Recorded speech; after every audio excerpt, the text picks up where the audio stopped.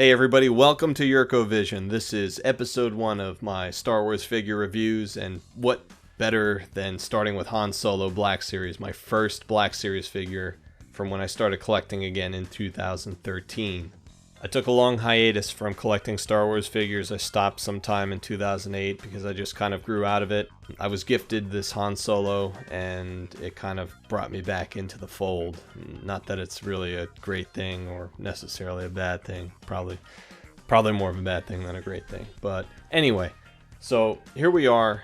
We got Han Solo Black Series. Great looking figure. It's when Hasbro really started putting a lot of detail into their figures. Now I know the Vintage Collection did that for a number of years before the Black Series, or even Legacy or Saga. I'm not really too sure because I was out of the game for a long time. However, here we are. We have Han Solo here. Very detailed, very good looking figure. I'm not saying that this figure looks quite like Harrison Ford, but it's very, very close.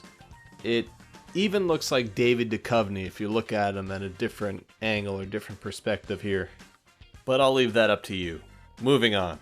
We have a yellowish, dirty, white shirt that he wore, unbuttoned, black vest with the many different pockets. The hair is shaggy. The iconic DL-44 blaster pistol with his huge holster running down his leg. The pants are blue. We get the Corellian blood stripe, if they still call it the Corellian blood stripe, and his Imperial Navy issued boots. Very cool looking, very almost exact to what he wore in the movie.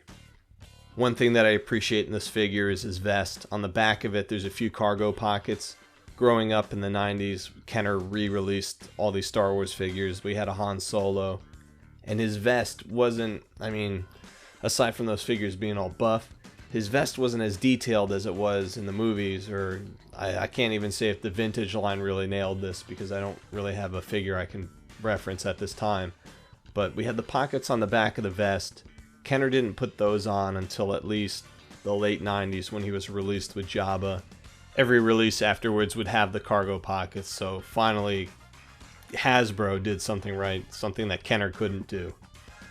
The figure comes with plenty of accessories. In addition to his DL-44 and the holster, it comes with the E11 carbine and the Stormtrooper utility belt that he wore in the movie, running around the Death Star. He also comes with these gloves, these piloting gloves that he wore briefly during the escape of the Death Star. Not too sure why they gave it to him. I guess it's like a little nice detail, but there was no play set, no Black Series Millennium Falcon, though one would wish there was, because that'd be freaking cool. Although I think it'd probably take up the size of the room that I'm recording this in, so maybe it's a good thing they didn't. I want to take a look at the articulation here. Very nice articulation here in the arm, the elbow, the wrist. So you could, pose his arm in any way that you want. You can have him face wherever he's pointing a weapon. Very nice here with the ball joint. His waist, so I mean, you can kind of bend him a little bit. Legs got the double articulation here in the knee.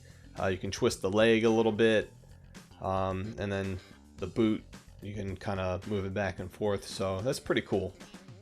And that'll do it for Han Solo, my first Black Series figure, and I had to make it my first review. So if you liked what you saw, please subscribe, follow me. I'm going to keep releasing content, and for everyone that is subscribed already, thank you.